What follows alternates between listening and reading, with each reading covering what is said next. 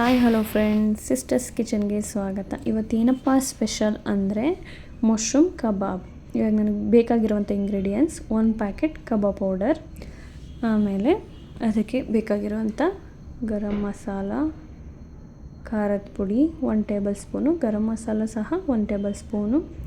Next ಅದಕ್ಕೆ ಸ್ವಲ್ಪ ಕಸೂರಿ ಮೇಥಿನ ಸ್ವಲ್ಪ ಉಜ್ಜಿಬಿಟ್ಟು ಹಾಕಿ ತುಂಬಾ ಚೆನ್ನಾಗಿರುತ್ತೆ. ಫ್ಲೇವರು ಅಷ್ಟೇ ತುಂಬ ಅದ್ಭುತವಾಗಿರುತ್ತೆ.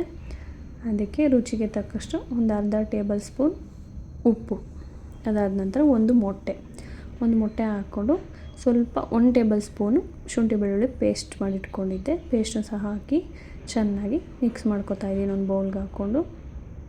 ಯಾಕೆಂದರೆ ಗಂಟಿರುತ್ತೆ, ಗಂಟನ್ನು ನೀಟಾಗಿ ಹೊಡ್ಕೋಬೇಕು ಕಲಸಿ.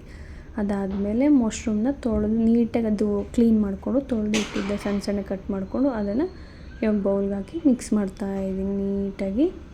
ಉಪ್ಪು ಖಾರ ಕರೆಕ್ಟಾಗಿದೆಯಾ ನೋಡಿಕೊಂಡು ನೀಟಾಗಿ ಮಿಕ್ಸ್ ಮಾಡ್ಕೊಳ್ಳಿ. ಯಾವುದೇ ಫುಡ್ ಕಲರ್ ಹಾಕಿಲ್ಲ. ಈಗ ಅದ್ರ ಮೇಲೆ ತಿರ್ಗಾ ಕಸ್ತೂರಿ ಮೇಥಿ ಹಾಕ್ತಾಯಿದ್ದೀನಿ ಸ್ವಲ್ಪ ಉಜ್ಜಿಬಿಟ್ಟು. ತುಂಬಾ ಅದ್ಭುತವಾಗಿ ಬಂದಿರುತ್ತೆ.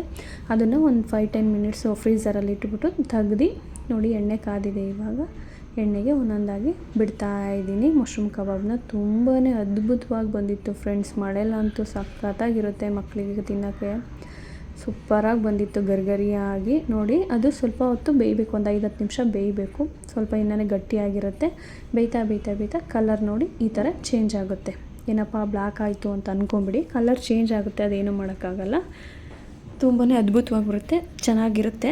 ಈ ವಿಡಿಯೋ ನಿಮಗೆ ಇಷ್ಟ ಆಗಿದರೆ ಲೈಕ್ ಮಾಡಿ, ಶೇರ್ ಮಾಡಿ, ಕಮೆಂಟ್ ಮಾಡಿ, ಸಬ್ಸ್ಕ್ರೈಬ್ ಮಾಡೋದನ್ನು ಖಂಡಿತ ಮರಿಬೇಡಿ. ಧನ್ಯವಾದ.